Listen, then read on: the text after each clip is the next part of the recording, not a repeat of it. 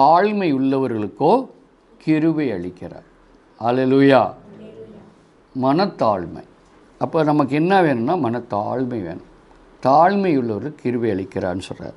ரோமர் 12:10 சகோதர சிநேகத்தில் ஒருவர் மேல் ஒருவர் பட்சமாயிருங்கள், கனம் பண்ணுகிறதே ஒருவருக்கொருவர் முந்தி கொள்ளுங்கள்.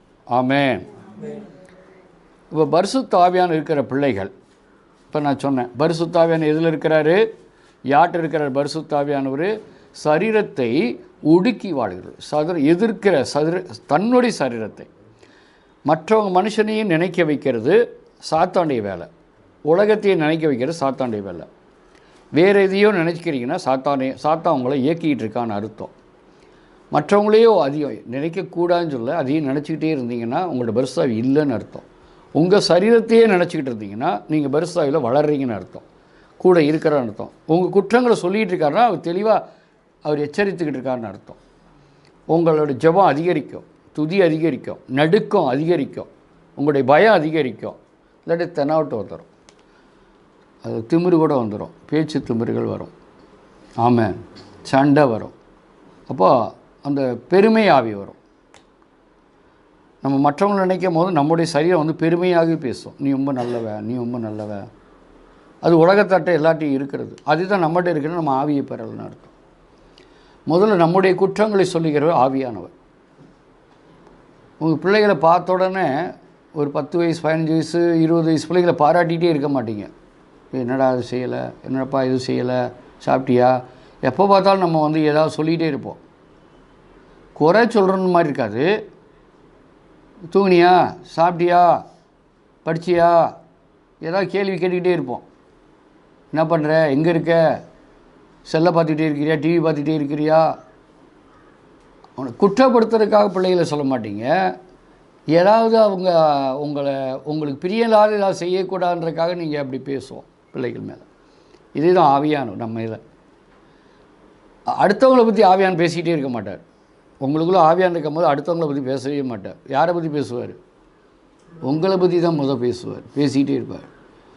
நம்ம சரின்னு சொல்லவே அவர்கிட்ட முடியவே முடியாது. நான் 100% கரெக்டு. பாட்டில் கூட நம்ம போட்டிருப்போம், 1000 குறைகள் உள்ளவன் நான். அப்போ நம்முடைய குறைகளை நம்ம அறிந்து கொண்டே இருந்தால் ஆவியான் நம்மளோட பிரியமாக இருக்கிறார். நொடி நொடி பொழுதும் ஆவியினாலே சூழ்ந்து சுமந்து காப்பவர். நம்ம உலகத்தையே நினச்சிக்கிட்டு இருந்தோம்னா ஏதோ ஒன்று நினைக்கலாம், நினைக்கக்கூடாதுன்னு சொல்ல வந்துட்டு போகலாம். சைத்தானே எனக்கு ஏன் அந்த போராட்டம் வருது அப்படின்னு நம்மளை மாற்றிக்கொள்ளணும். யாரை மாற்றிக்கொள்ளணும்? இப்போ யார் சாகடிக்கிறது? சரீரம் எப்போ பலமாக இருக்கோ உங்கள் ஆத்மா செத்து கொண்டு இருக்குது, சாகடித்து கொண்டு இருக்குது. உங்கள் ஆத்மா குற்றுயிராய் பண்ணிகிட்ருக்கு, கொலை உயிராய் பண்ணிகிட்ருக்கு. குத்தி நல்லா அடித்து கீழே போட்டு தள்ளுது. யார் செய்கிறது? ஆத்மாவை சரீரம் செஞ்சுக்கிட்டு இருக்கு. அதை நம்ம அறியாமல் இருக்கிறோம். நாம் தான் கிறிஸ்தவர்கள், நாம் தான் ஆவியை பெற்றவர்கள். Praise the Lord. ரஷ்ய போர் வீரருக்கும் உக்ரைன் போர் வீரருக்கும் ஆயுதம் இல்லாமல் சண்டை போட்டுக்கிட்டாங்களாம். ஒருத்தர் அடிச்சுக்கிட்டு இருக்கும் போது ரஷ்ய போர் வீரன் தான் உள்ளே வச்சதை கத்தி எடுத்து உக்ரைன் போர் வீரனை குத்தி அப்படியே வயிற்றை கிழிச்சிட்டானோ கழுத்தை. அப்போ அந்த உக்ரைன் போர் வீரன் கீழே விழுந்த உடனே இவன் மேலே ஏறி ரெண்டு திருப்பி குத்த போகும்போது போதை நீ விட்டுரு அப்படின்னு. அப்போ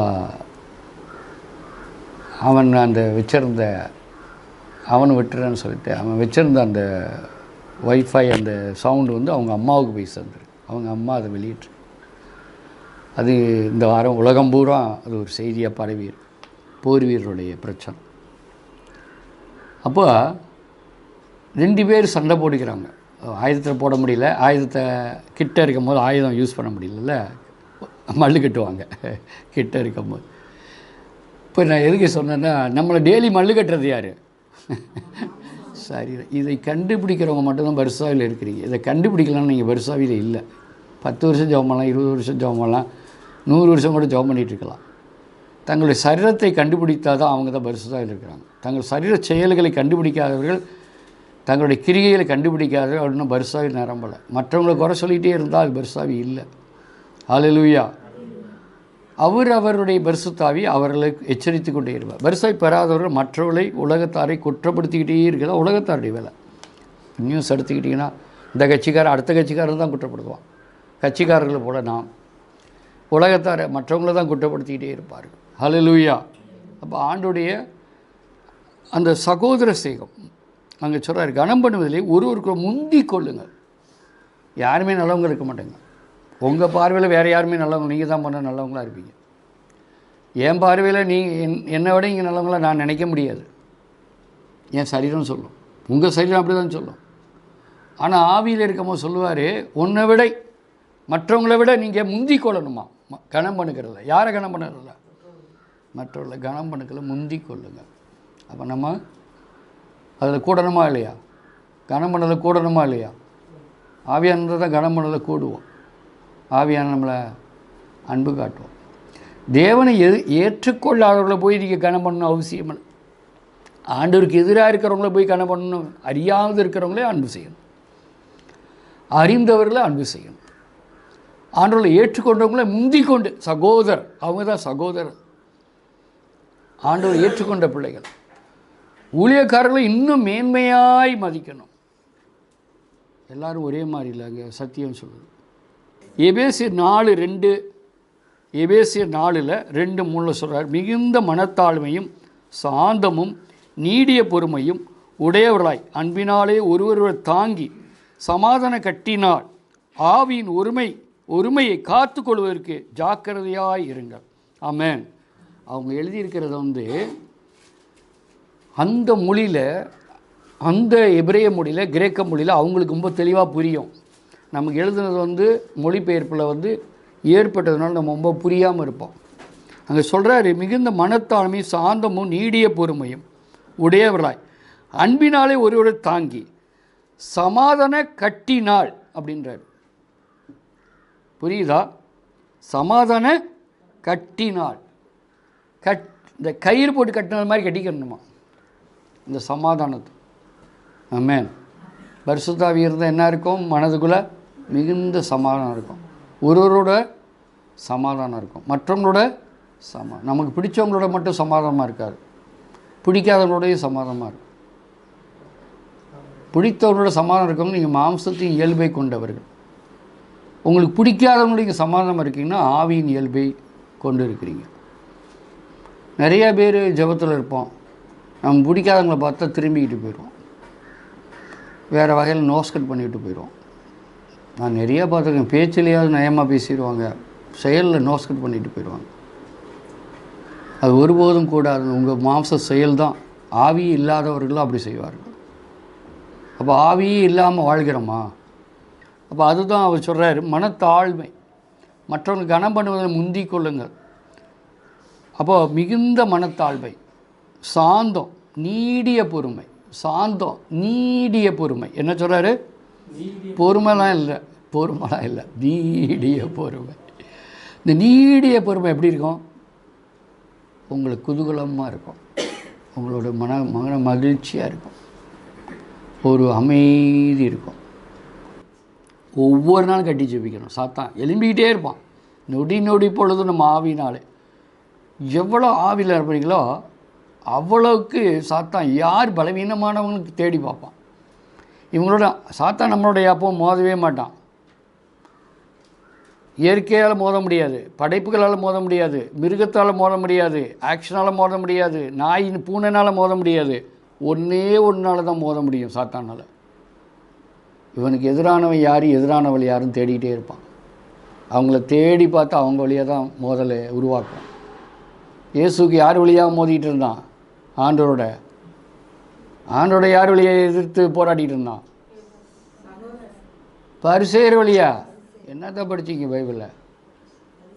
என்ன பேசுகிறாரு? குற்றம் கண்டுபிடிச்சிக்கிட்டே தெரிஞ்சாங்களா? அவர் நான் அப்படி சொல்கிறாரு, அவர் நான் இப்படி சொல்கிறாரு, அவர் நான் இப்படி சொல்கிறாரு, அப்படி அப்போஸ்தலர் போய் வாக்குவாதம் பண்ணாங்க. என்ன ஆவி? இயேசு என்ன பேசுனாலும் உடனே அவர் கல்லெறியே போனது, அவர் இழுத்துட்டு போனது, மலையில் தள்ளிவிட போனது, எவ்வளோ வேலை செஞ்சாங்க. அவனை பேய் பிடிச்சவன், பிசாசு பிடிச்சவன் பேசிக்கிட்டே இருந்தாங்க. பயந்து போய் யார் வந்தது? உன் பையன் பிசாசு பிடிச்சி போச்சிட்டு இருக்கான், போய் கூட்டிகிட்டு வான்னு சொல்லி யார் ஒடியாந்தது? அன்னை மரியாதை ஓடியாந்து என் பையனை இப்படிலாம் என் தப்பா கூப்பிட்டு போ, அப்பா அம்மா வந்திருக்கேன்னு சொல்லு. யார்? என் தாய். அவர் தெரியும், எல்லாம் நடக்கிறதெல்லாம் தெரியும். மாம்சத்தின் செயல்கள், மனுஷனுடைய செயல்கள் எப்பொழுதும் எதிராக செய்துகிட்டே இருப்பார்கள். இயேசுக்கு எதிரான மனுஷர்கள் உங்களுக்கு எதிராக தான் இருப்பாங்க. ஆமென். அதுக்காக நீங்கள் எதிராகிடுவீங்களா? நீ ஒன்றா செஞ்ச, இரு நான் எப்படி செய்கிறேன் பாரு, நான் எப்படி உன்னை நோண்டி விடுறேன் பாரு, நான் எங்கிட்டு போய் உனக்கு பிரச்சனை பண்ணி விடுறேன் பாரு, நான் உனக்கு என்ன செய்யலான்னு யோசிக்கிறேன் பாரு. யோசனையில் உட்காந்துருவேன். மனத்தாழ்மையாக இருக்குது. மனத்தாழ்மை என்ன சொல்கிறாரு? மனசில் தாழ்மை வரணும். தாழ்மைன்றது வெளிவேஷம் இல்லை, செயல். நிறைய பேர் தாழ்மையாக தான் இருப்பாங்க. அது உலகத்தாரே நிறைய செய்கிறாங்க தாழ்மையில், நம்மளை விட அதிகமாக இருப்பாங்க. பணக்காரனை பார்த்தா எவ்வளோ தாழ்மையாக இருக்கணுமோ அவ்வளோ தாழ்மையாக காமிப்பாங்க. பணம் இருக்குதான் போதும், நீ கொடுக்கவே வேண்டாம், உங்கள்கிட்ட அவ்வளோ தாழ்மையாக வந்து பழகுவாங்க. நம்ம ரொம்ப நல்லவன்னு நினச்சிக்கிறோம். நீ இல்லாத போது தான் அவங்க வேஷம் தெரியும். நீங்கள் நடுத்தரில் நிற்கும் போது தான் அவங்க ஓடியே போயிடுவான். ஆமாம். இருக்கும் போது அவ்வளோ தாழ்மையாக இருப்பாங்க, இல்லாத போது அப்படி வேஷம் போட்டு ஓடி போயிடுவாங்க. அந்த உலகத்தாரை போல் அல்ல. மனத்தாழ்மை இல்லாதவனு பார்த்தாலும் இருக்கிறவனு பார்த்தாலும் யாரை பார்த்தாலும் ஆண்டவர் ஏற்றுக்கொள்ளாதவர்களை கால் தூசி தட்டி விட்டு போயிட்டே இரு. ஆண்டவர் ஏற்கலைனால நீ வந்து கால் தூசி தட்டி விட்டு போயிரு. அதை தான் சொன்னார். அவங்கள மதிக்க வேணான்னு சொல்லலை, அவங்கள விட்டு உறவு இல்லாமல் நீ பாட்டு தெரியாமல் போயிடும். ஏன்னா அவனோட போனால் அவன் ஆவி ஓட்ட ஒட்டிடக்கூடாது. அவன் வீட்டுக்கு அடிக்கடி போனீன்னு வச்சுக்கவே, அவன் புத்தி அவன் ஆவி ஒண்டை ஒட்டிக்கிறோம். உன் ஆவி அவன்கிட்ட ஒட்டிக்கிறாது, உங்கள் ஆவி அவங்கள்ட்ட ஒட்டிக்கிறாது. ஆண்டவர் இருக்கிறவன் சத்தியத்தை விரும்பாதவர்கிட்ட போய் நீங்கள் நிறைய உறவு வச்சிங்கன்னா அவங்க ஆவி உங்கள்கிட்ட கட்டாயம் ஒட்டிக்கிறோம். மத்தேயு 11:23-30 சொல்கிறார், நான் சாந்தமும் மனத்தாழ்மையுமாக இருக்கிறேன். என் நுகத்தை உங்கள் மேல் ஏற்றுக்கொண்டு என்னிடத்தில் கற்றுக்கொள்ளுங்கள், அப்போது உங்கள் ஆத்மாவுக்கு இளைப்பாறுதல் கிடைக்கும். என் நுகம் மெதுவாயும் என் சுமை எலுகுவாயும் இருக்குது என்றார். ஆமென். ஆண்டவராக இயேசு கிறிஸ்துடைய குவாலிட்டி என்னது? பரிசுத்தாவி நம்மகிட்ட இருக்கிறான் தான் இயேசு இருக்கணும். நல்லா கேட்டுக்கோங்க, உங்களுக்குள்ளே பரிசுத்தாவி இருக்கணும்னா இயேசு இருந்தால் தான் பரிசுத்தாவி இருப்பார். பரிசுத்தாவி தான் பிதாவது நம்மளோட இருக்கிறார், ஆவியானவராய் நம்மளோட இருக்கிறார். ஆனால் தாழ்மையாக இருக்கிற அவங்கள மேல் கிருபை பொழியப்படுகிறது. தாழ்மையான உள்ளவங்களுக்கு தான் கிருபை பொழிகிறது, பெருமை உள்ளவர்களுக்கு எதிர்த்து நிற்கிறேன்னு சொன்னோம். இந்த தாழ்மையாய் உள்ளவர்கள் ஏசு சொல்கிறாரு, நான் சாந்தமும் மனத்தாழ்மையும் உள்ளவர். நான் இந்த மன சாந்தமும் தாழ்மையாக இருந்தால் தான் இயேசு இருப்பார். இயேசு இருந்தால் தான் பரிசுத்தாவி வரும், பரிசுத்தாவி இருப்பார். அதுதான் தாழ்ச்சி. அப்போ இயேசு யார்கிட்ட இருக்கிறாரு? சாந்தமும் மனத்தாழ்மையும். என்கிட்ட கற்றுக்கொள்ளுங்கள் சொல்ல, என்கிட்ட கற்றுக்கொள். ஆமாம்.